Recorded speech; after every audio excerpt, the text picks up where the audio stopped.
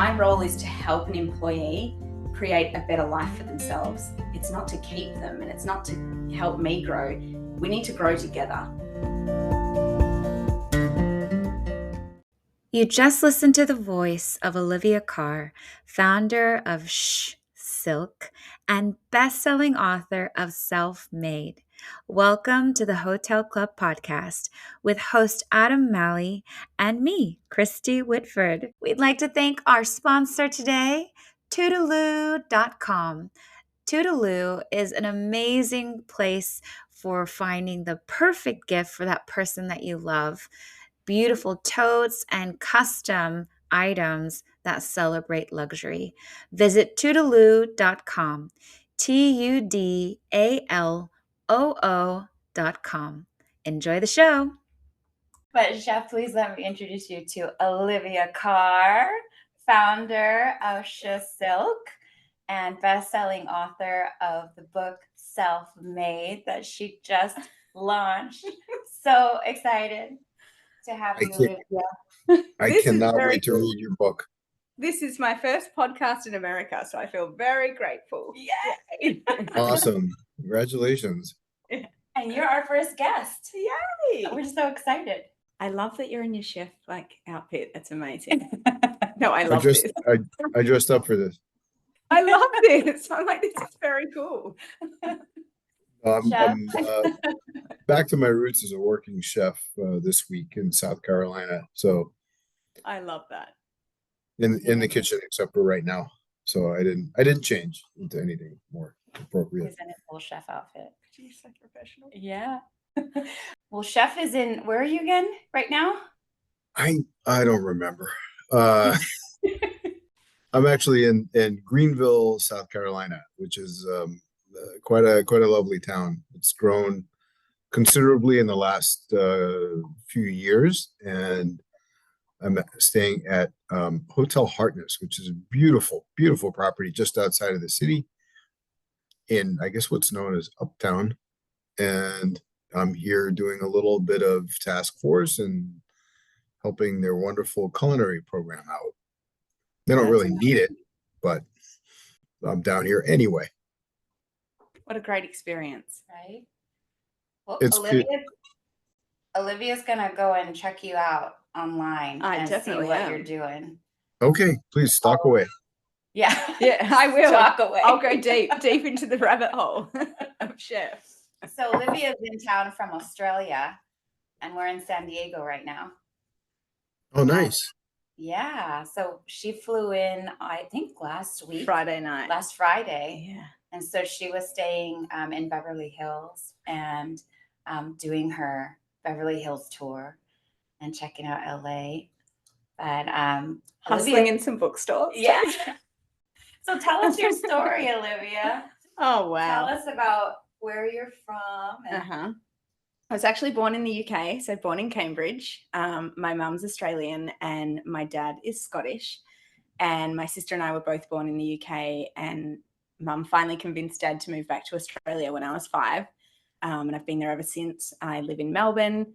I spend a lot of time in Queensland at the moment. I've fallen in love with someone that lives in Queensland. So I'm now like living in 2 cities, which is just a new life experience, I guess.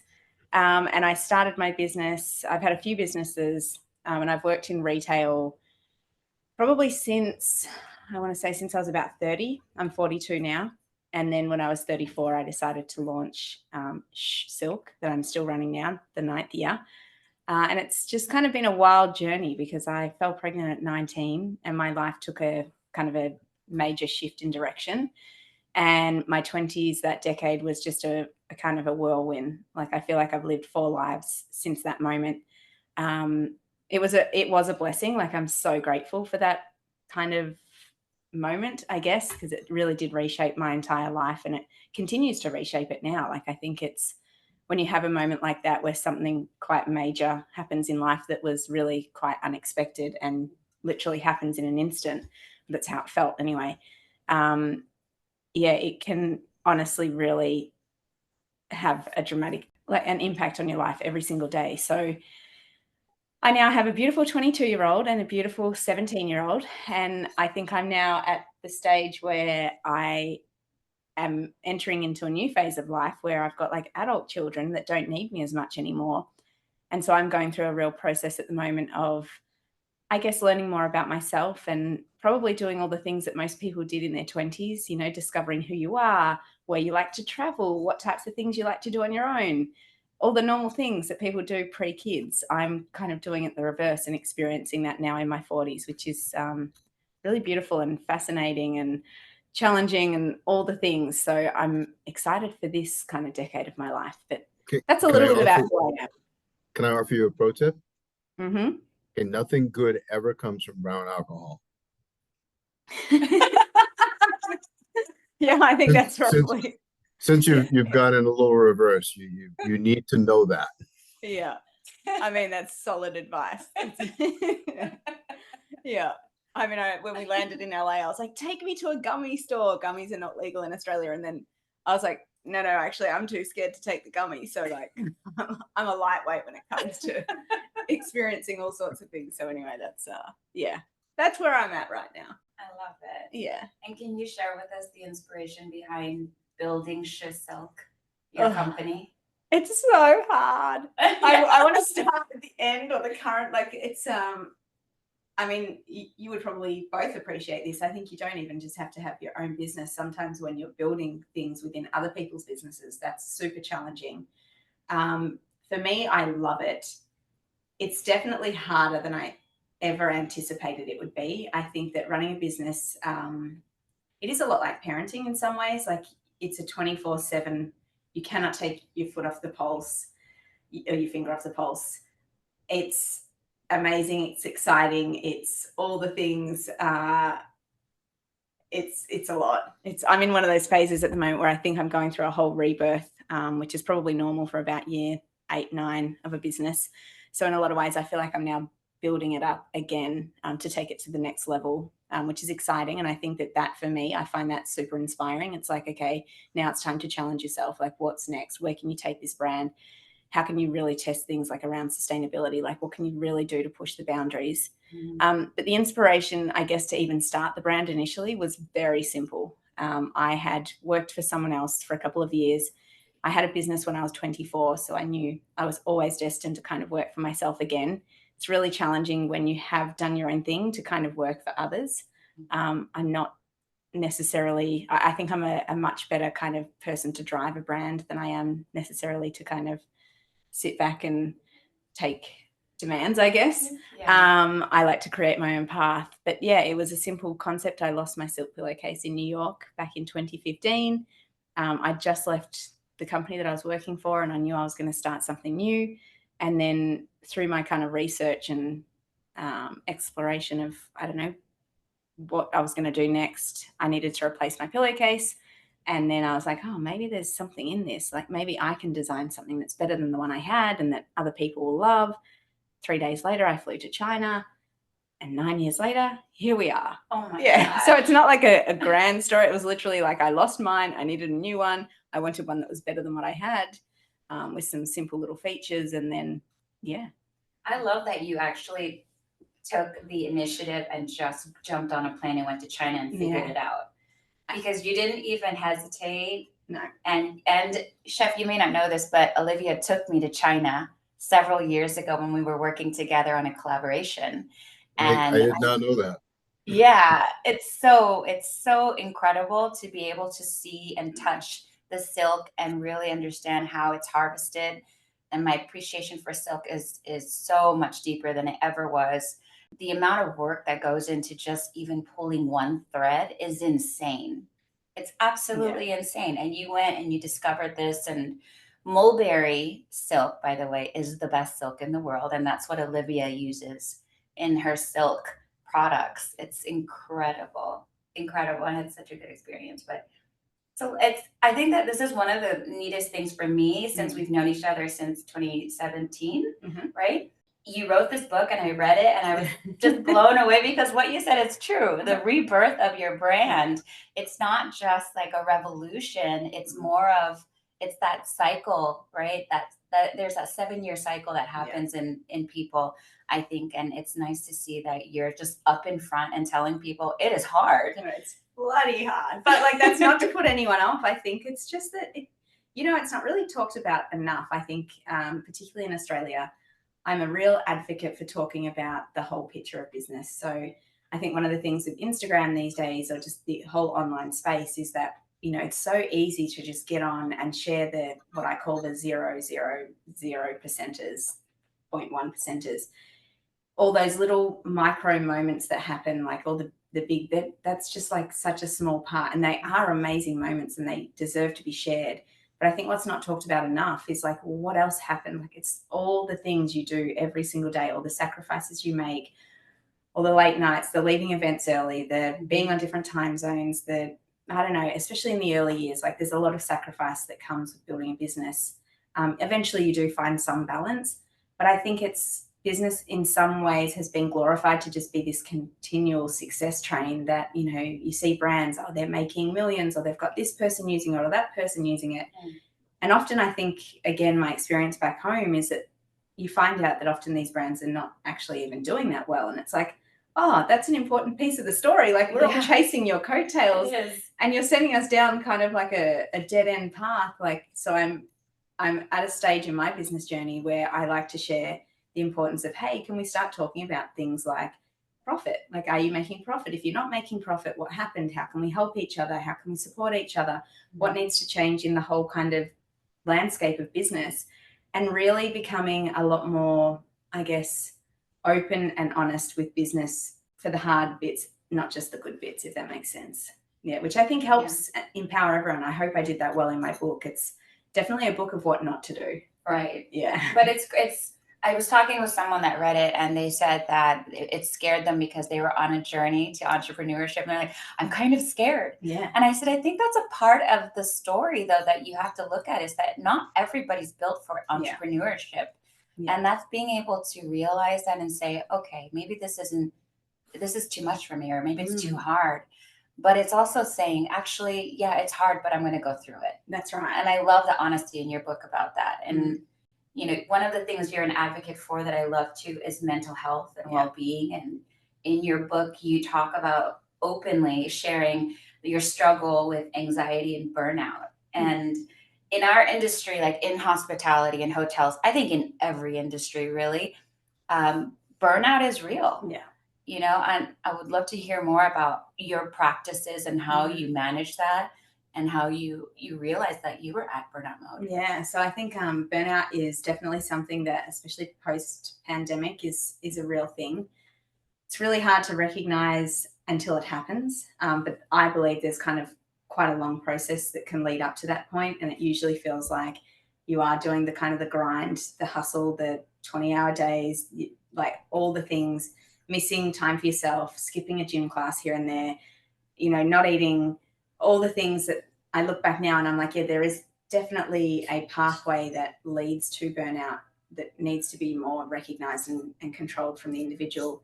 I think the saddest thing for me personally is that I probably didn't know enough about burnout, and I was kind of on that hamster wheel of just literally burning myself out from the minute I started the brand until a trip back. Actually, I think it might have been the trip back when I first met you, on that flight back in January 2017. So I was a year and a half, nearly 2 years into the business, and I actually thought I was having a heart attack on the flight. I was with my two kids. Oh my gosh! I was going to ask how it manifested, and what did you notice? Was it? Well, it's really interesting because that was a trip actually with my kids, and it was meant to be sort of a little bit of work, but mainly relaxation. And often what happens is it's in that moment where your body has a moment to rest that it all comes to the surface. And I was on this 14-hour flight, so there's nothing to do but rest. And I remember my daughter at the time, I think she was like, gosh, this was 9 years ago. She was probably about, 13, 14. And she looked at me and she's like, Mum, are you okay? And of course I didn't want to tell my kids. No, I think Mum's about to go sideways on the plane. Yeah. I just never experienced anxiety before. And I just had this overwhelming tightness of my chest. I couldn't breathe. I was terrified because I was on a flight. I had no experience of anxiety. So I did not even think to, put the link together.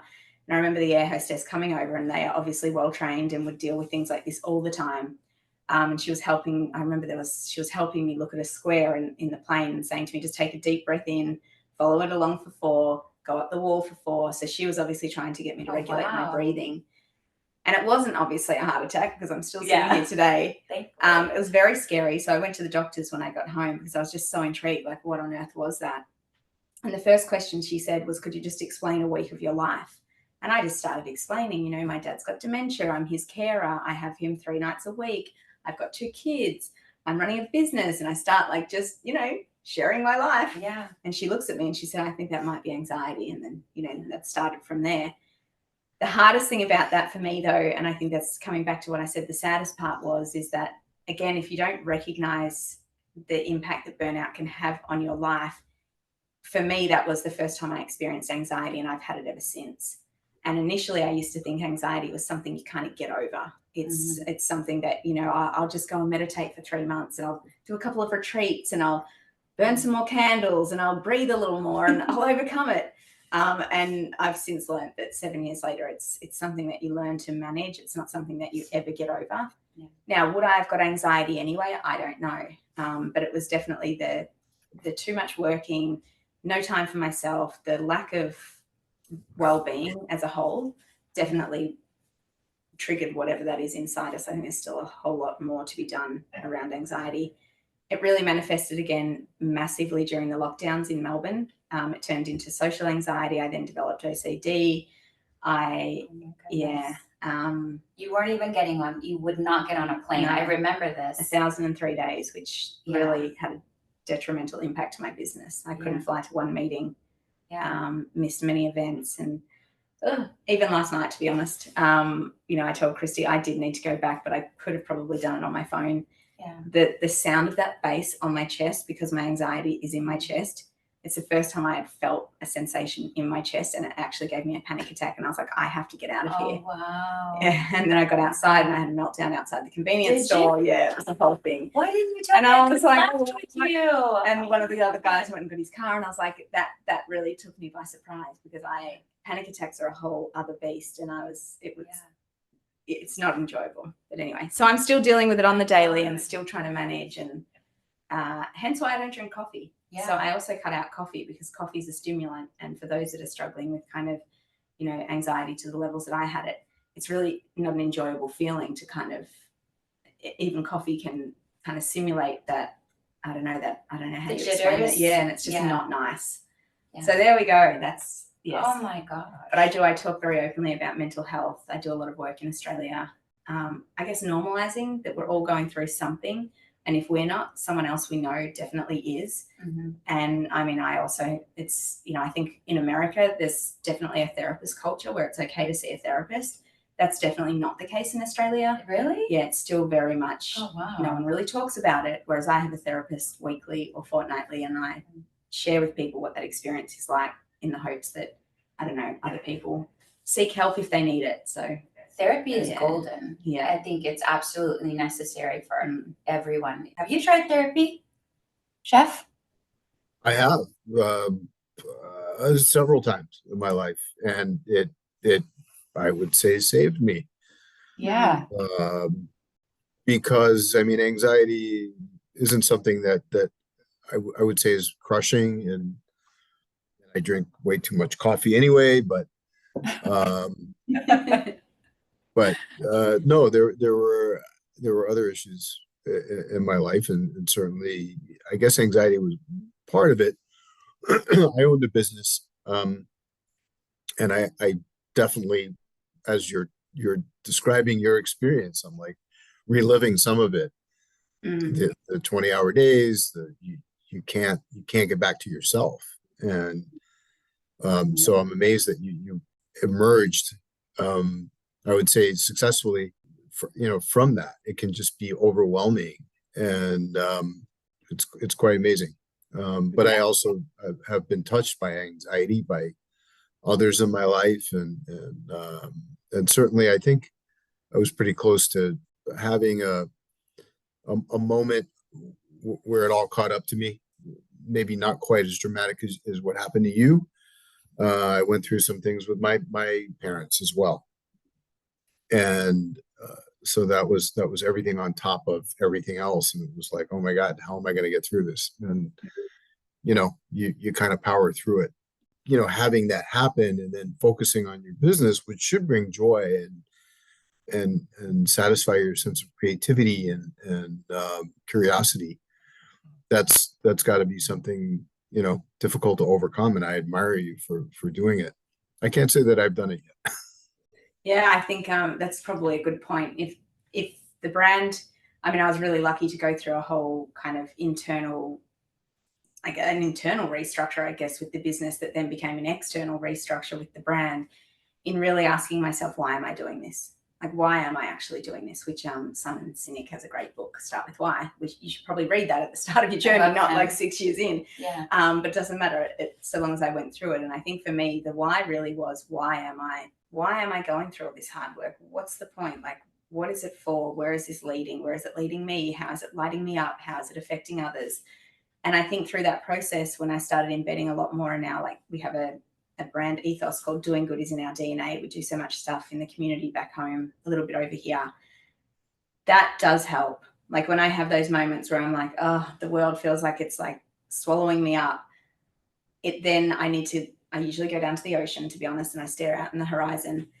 And then that just reminds me that like my problems are small in comparison to what I'm trying to do in the world. And, whilst what I'm going through at that moment might be real, there's a lot of people going through a lot of stuff in the world, and that does actually help lift me out of it and realize that, what, I kind of need to be here. We all need to be together. What can I do today to kind of, bring a smile to one person's face, which then in return brings a smile to my face. And I don't know, it's just this constant feeling of like kindness, I guess, like kindness within my soul then lifts me out of the darkness. But it can be hard during the moments of darkness to remember that.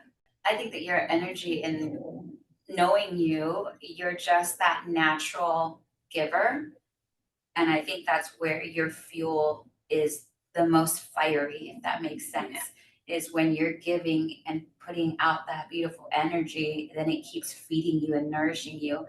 But you also have to give yourself a grace moment and say, I'm just really tired. Yeah. I don't have the energy to give, But I think that going back to where you're at in Australia and people not talking about therapy and not being comfortable with it, it's time to redefine the language of being able to say it's okay to not be okay today. Yeah. And to reach out and say, like, I need fuel. Could you fuel me up? And be able to say that. And I mean, I love, again, like going back to your book, I love that you talk about these hard things so openly. And maybe your purpose is just meant to share with people that it's okay to have all of this come out. And if it touches one person, then that's the best part. I mean, the irony of this chat, you guys work in the hotel world, or that's the industry that you're in. Yeah. And I will be honest that one of the hardest things that I still am yet to kind of work my way through is I do a lot of traveling for my work, but I'm yet to still be able to comfortably stay in a hotel alone.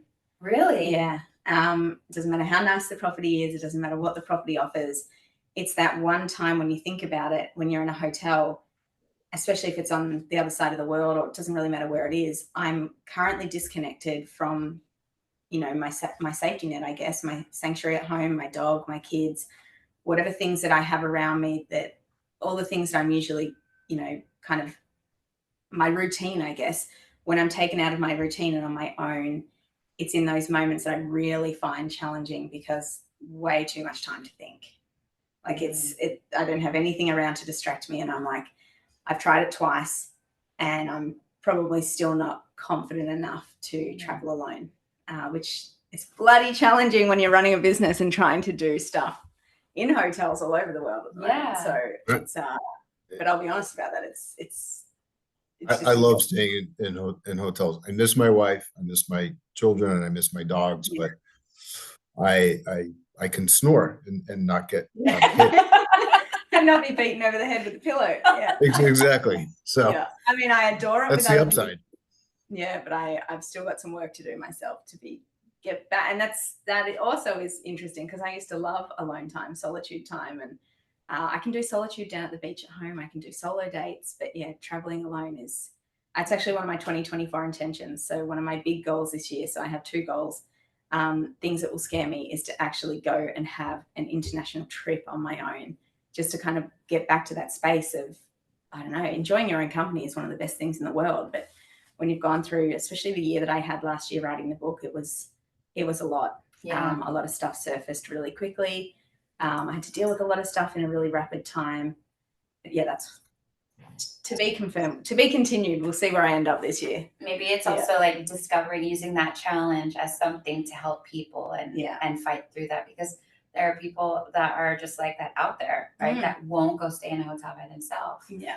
And I hope that you get to that place again where you love staying in a hotel by yourself. Yeah. And I mean, this is like I don't know, in your industry, shout out to anyone listening in the space.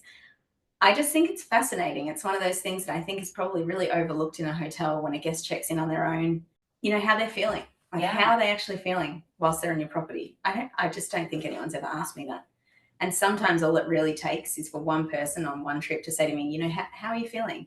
And maybe I could say, hey, you know, I could really do with a chamomile. I could just do with a chat right now. I could just do with like, you know, I don't know. Hotels are amazing at talking to you outside, but maybe there could just be that extra level of connection in a hotel. Yeah. I agree with you. I think that sometimes it's probably more or less like the people that you have on your radar, because in some hotels they have their, you know, their list of people that are the VIPs, and then they get extra care. But you're right. I think that there's a space for people to learn to identify when someone may be in a moment. Yeah. And just taking that time to just go and say, how are you doing today? Because literally it can take like 30, 60 seconds. Yeah. And all you are looking for is connection. Yeah. A smile, or just to be able to say, you know what, thank you so much for asking, actually. Right. And then that person can just sit with you, and I don't know. Anyway, not sure how we got here, but there you go. We talked about that, right, Chef? That like there's a disconnect right now in the hotel industry where everyone's just so busy trying to grind and make these numbers, but there's that human connection that is really missing in a lot of experiences where people don't ask you how you are doing. This is very true. Yeah. And like, you know, whilst I'm struggling to stay alone, I know that hotels is one of those places that like a lot of people go to not to escape, but to recharge, or to have some time away from family because they might be feeling like they're close to burnout. It's just, hotels play so much more than just a place that people are using to transit through. Like, and I just don't know how much that's really been considered for hotels in my experience. Right. Yeah. I think that this is a challenge for the industry to step up and maybe make some changes in the right direction, and not just be a financial thing, because it's what you're asking for doesn't cost money. It's very free, right? I think you and I talk about that a lot. Like, kindness is very free. Yeah. And if you could give it more, that would be incredible. And just a how are you? I think this harkens back to Christy and I worked for a GM whose name shall be, well, we'll just call him Cliff.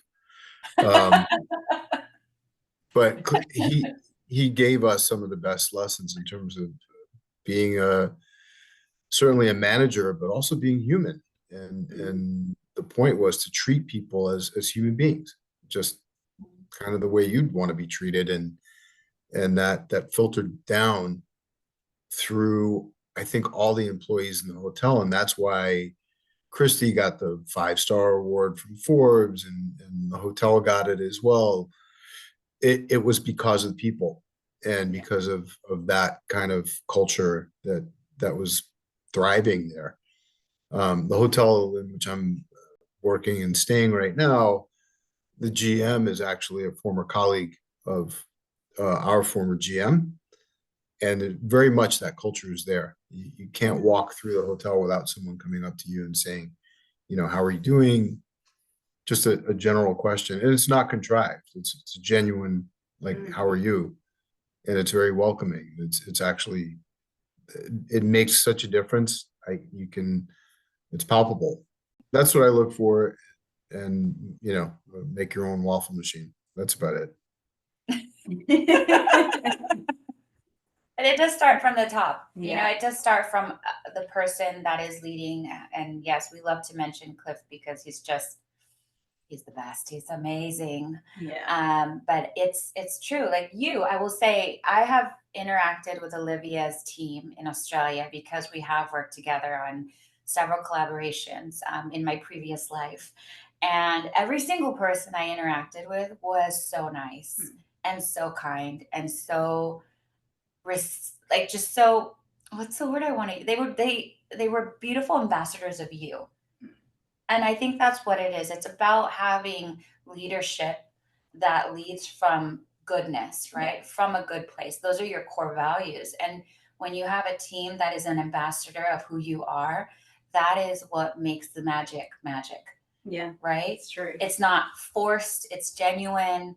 Yeah. But I agree. Like, I mean, we talk about this all the time at work. I acknowledge to all of my employees that I think employees they act as volunteers. Yeah. Like, I understand that you get paid by your employer, but it is a choice these days. Employees have so much choice. Yeah. They are choosing to come and work for me every day. Yeah. They don't have to do that. Like, employees can go and work wherever. Like, the world has changed so much. There's so much selection, choice, available options for them, that I'm constantly saying, thank you so much for choosing to volunteer here. You know, because yes, they get paid, but my point is that they are still choosing me as the one that they want to help grow the brand and all that. And I just think, again, more leaders need to realize that employees are not your minions. They are not your, like, I don't know, it's just not how you run companies anymore. You need to really thank your staff on the daily and show deep appreciation that they continue to show up for you every single day when they have a choice to do otherwise. Right. Yeah. And I appreciate that about you. You're one of those people that in the very beginning when we started working together, she did this thing that blew my mind, because where she was working with people in China, right? If she wasn't satisfied because of the way the employees were treated, she decided to take her business elsewhere. That's amazing. She was walking the walk.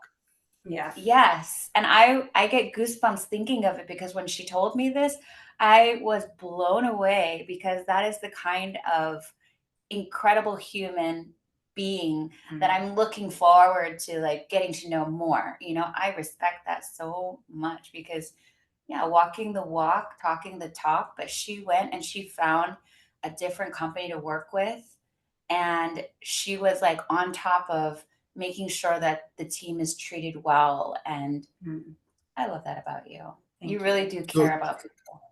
I have one, it's not really a question. It's probably more of a statement, but have you found that taking the approach of being a human being and not taking advantage of others, and seeing that people are cared for while conducting business, have you found that it can be profitable, and does it work? I know it does. That was kind of a cheat question, but yeah. I mean, absolutely. Firstly, because I think you get the most, and it's certainly not the driver of why I do it, but a byproduct of just being a good human is you'll get the most and the best out of people when they're lit up. When someone comes into work and they're being creative, when, you know, their role maybe doesn't even really need a high level of creativity, but they're constantly coming to work with, I don't know, looking at innovation, or I don't know, like even Ramancito, who's in our design department, he might come to work and have ideas that are so outside of the scope, because he's not thinking in the silo of his role. He's thinking, where do we want to go with this company? How can we achieve it? So often I think not only one, does it make a better profitable company, it actually makes it far more innovative, collaborative. I mean, we don't have hierarchy at work. Like, we all are on the cleaning roster. We all clean the toilets, myself included. Yeah. We all pack orders. We all, I pay the team the same. That's quite different. You probably wouldn't get away with it over here. There's some things we can do differently, but I don't know. We do a lot of team building. We do a lot of amazing things together. We go on retreats together. We have nights together. We eat lunch outside in the sun, have 15 minutes of vitamin D. I think all of these things, you don't have to do them. I mean, I bring my team in chai lattes like almost every day. You know, I pay that myself, not through the company money, just because, like, I don't know, I love these people. They're not just my workers. They're like my community. I love these people. You spend more time at work than you do with your own family. So it's true. Yeah. Yeah. I love that. Mm. That's one of the things I've said in the past is you do spend more time at work than you do with your families. If you have a full-time job, you're spending 80% of your week with people that are not your family. Mm. But to be able to arrive to work and to choose to go to a place where you're treated so well, that's amazing. The other thing I do that's a little bit different that I encourage others to do is I kind of get them ready and push them out of the door. Like if she does this, it's true. If somebody leaves me, the only reason they're leaving is to start their own business because I will help them on that journey, or I'll set them up for a job that I know I can't give them. And an example recently would be Britt. I'm not sure if you ever met Britt. I did. Yeah, she was with me for 5 years, and she had this. We make vision boards every year, so I know exactly what kind of empowers my team, and it's their own personal vision board. And she had a lot of America on her board, and it's like, right, well, you just need to do it. You just need to go and move to America. And she was really nervous. She was quite young. She was in her early 20s. And one day her boyfriend bought her a one-way ticket, and I said, we have to make this happen. And, let's come up with a 6-month plan. Let's get you to America.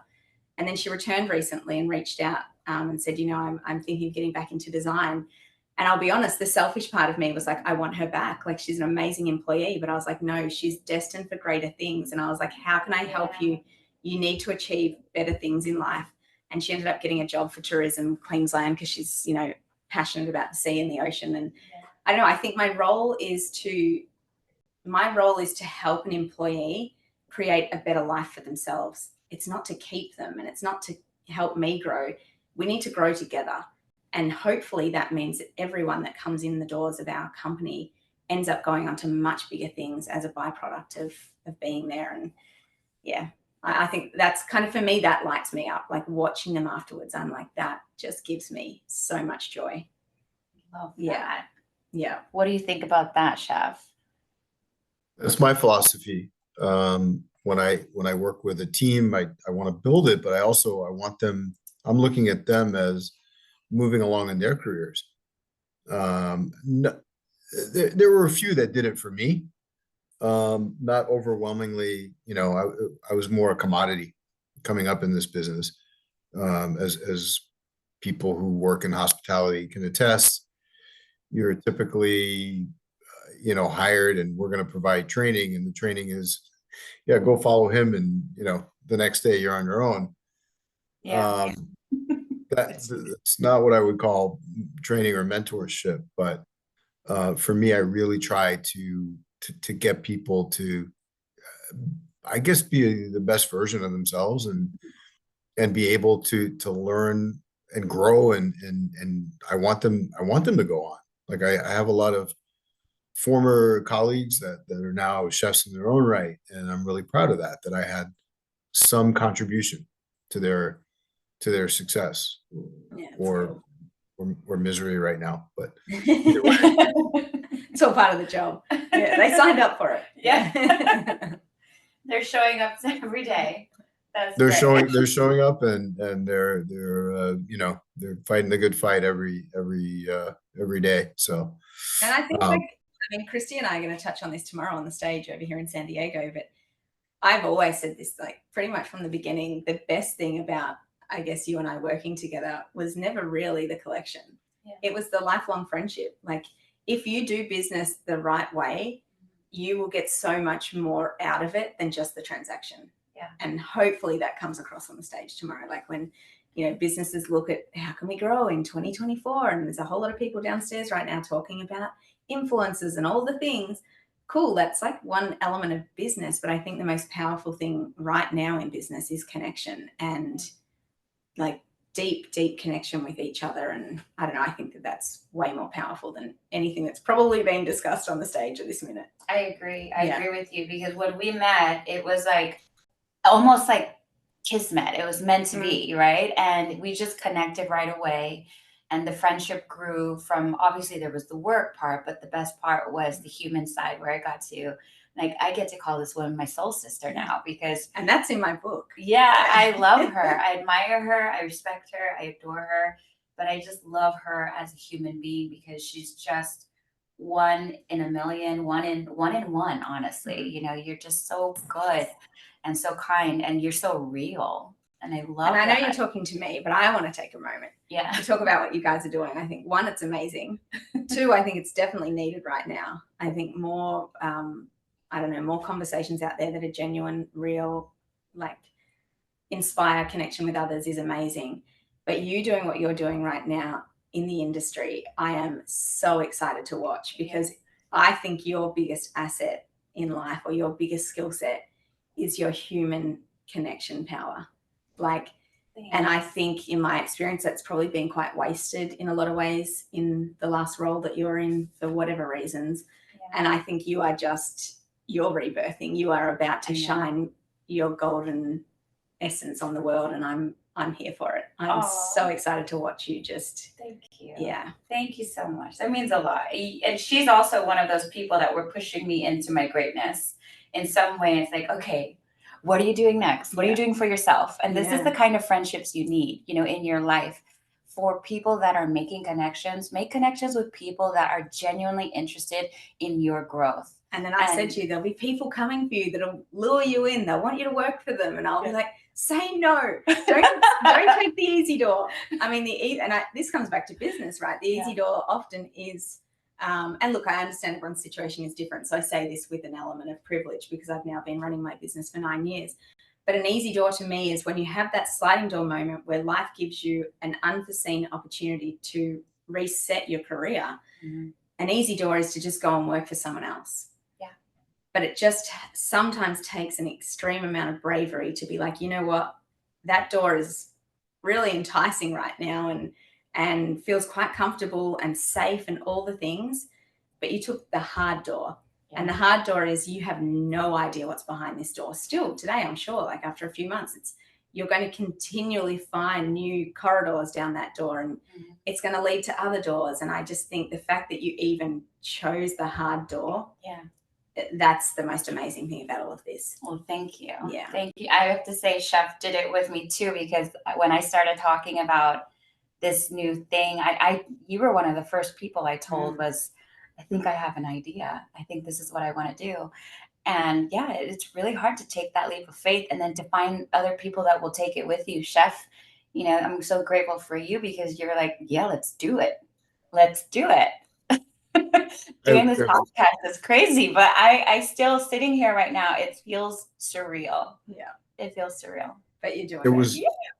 It was such a great idea. And it's thank you for having me along on the ride and letting my mellifluous voice come through.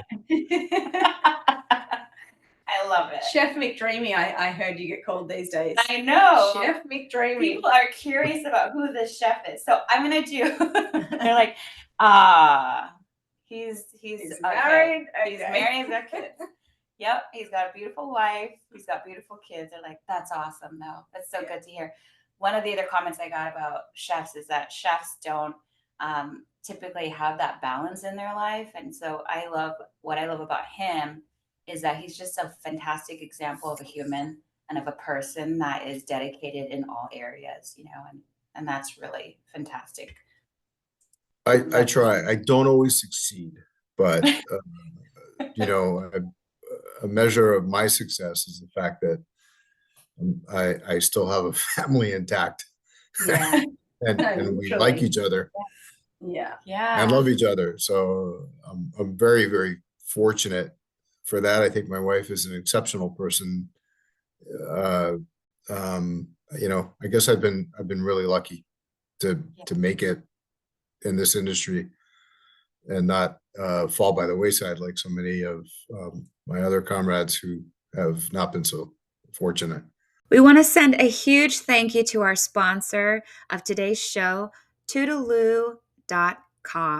Toodaloo has beautiful luxury goods, everything from a tote to a yoga tote, cosmetic totes, clutches, anything you could possibly think of that you're definitely going to need, whether you're going out for a date night or dinner or traveling. I personally have a couple of these things from Toodaloo that are so unique and different.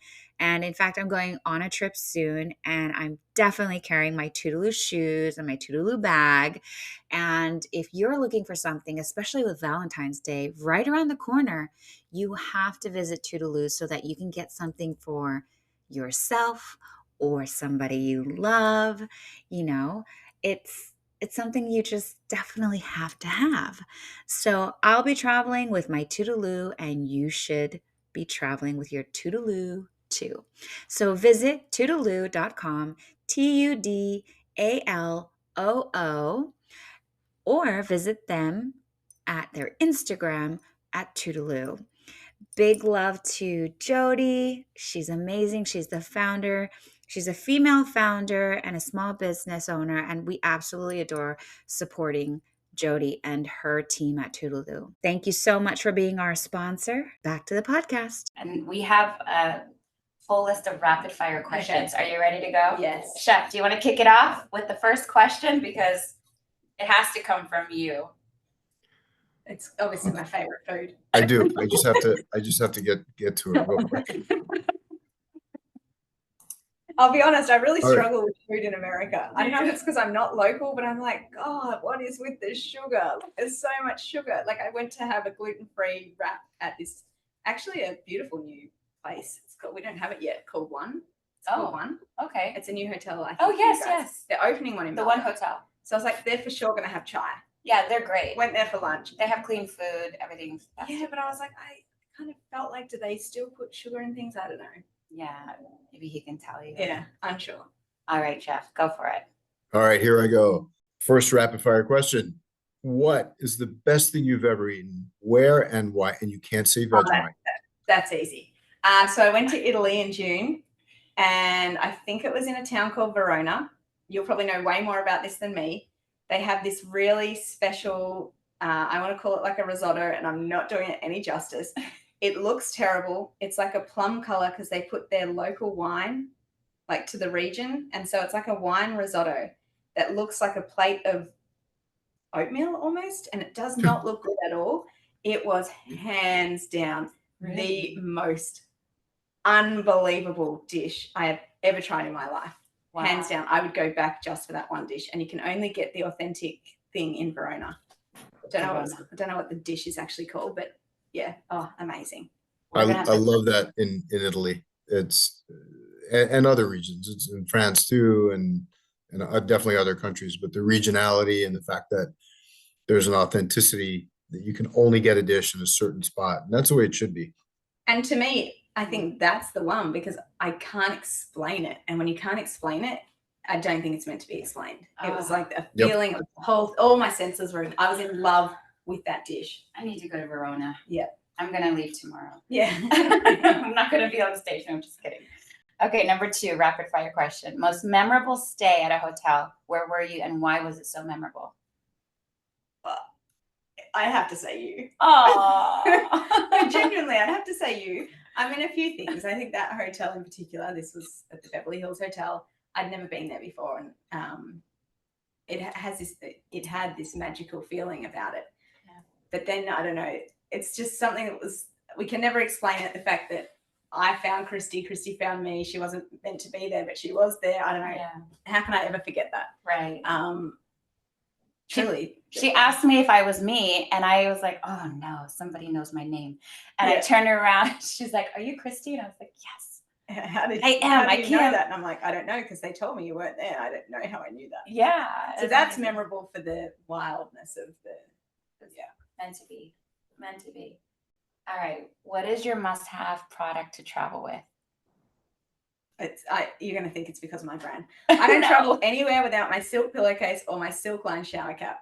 Obviously, that's what started the whole Shhh Silk. Actually, and this is also the first trip where I've brought one of my crystals from home. I love crystals at home. They make me feel very grounded and connected. So I think that's one of the things we spoke about before. Yeah, was just having some things from home with me that make me feel a little bit more like I'm in my space. So I brought my favorite crystal with me this time. So yeah, I love it. Yeah, I love it.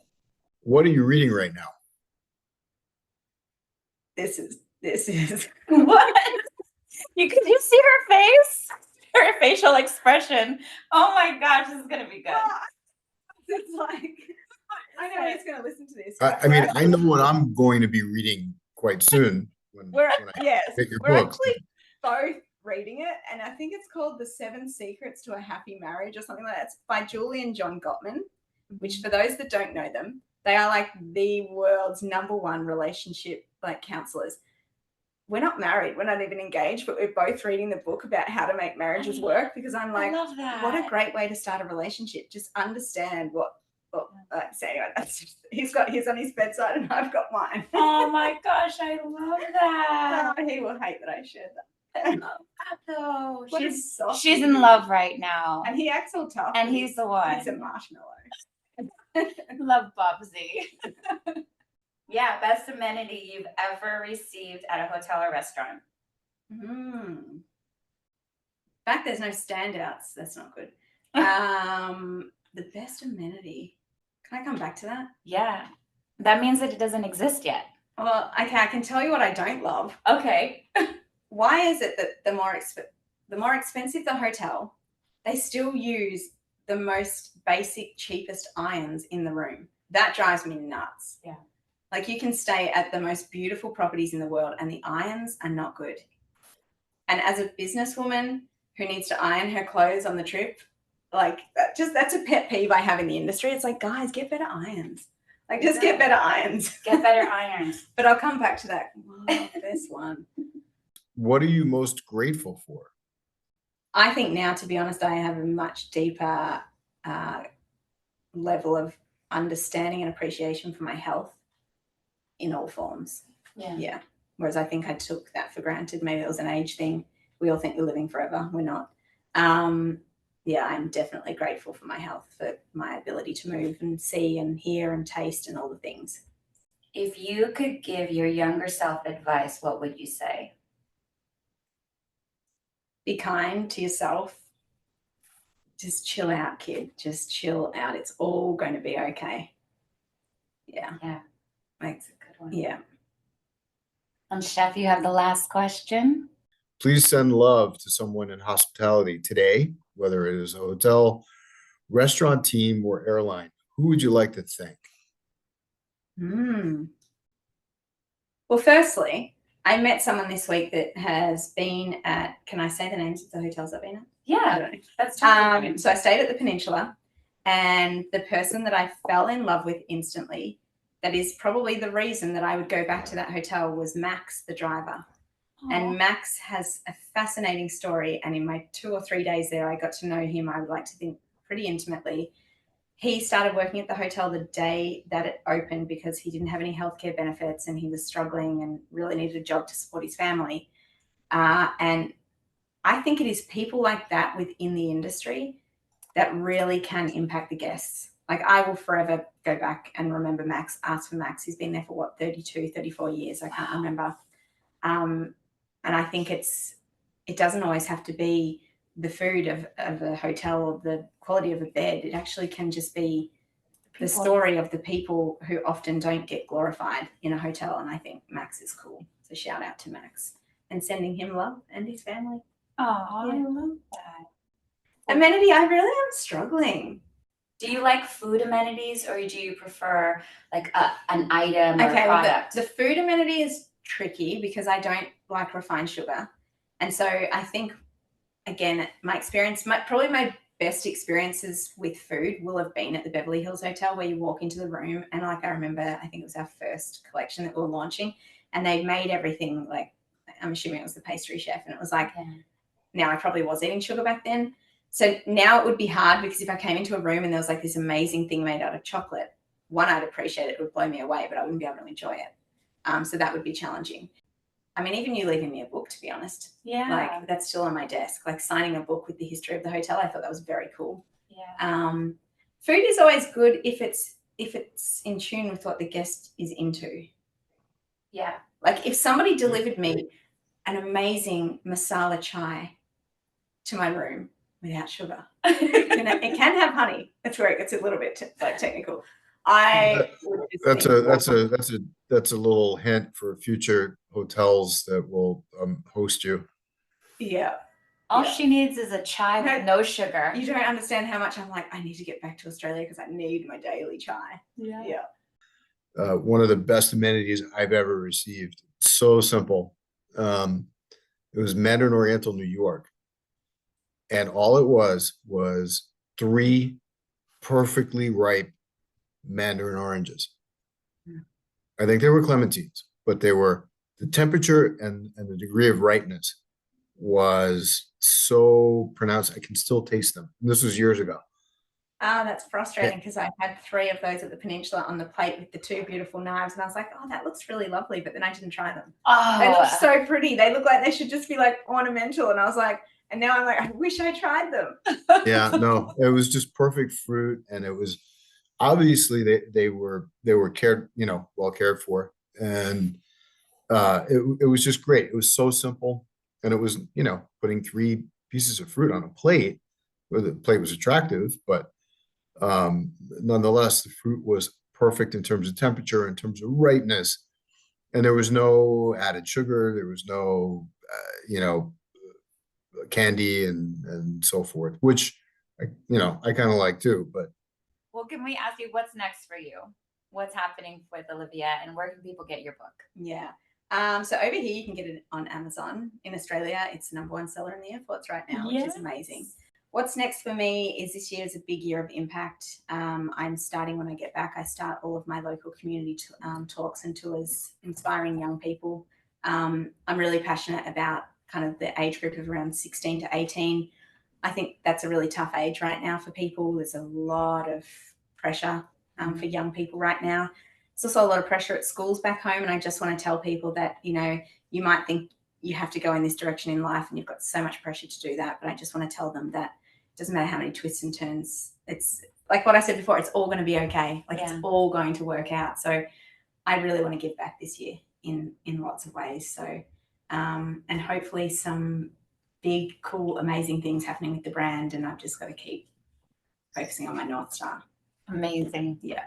Amazing. Thank you so much. Thank you. Thank you for being on our show. Yeah. 2 great humans. You're going to do good things. Oh, it was great meeting you. It's been wonderful to have you. And thank you. We wish you all the best. Thank you. Good luck, guys. Thank you. Reach the stars with this. All right. I can't wait to share the stage with you tomorrow. Have a great trip and tour here. Thank you. And safe travels. Thank you. Look for Olivia out there, everyone. Cheers. Cheers. Bye. Bye.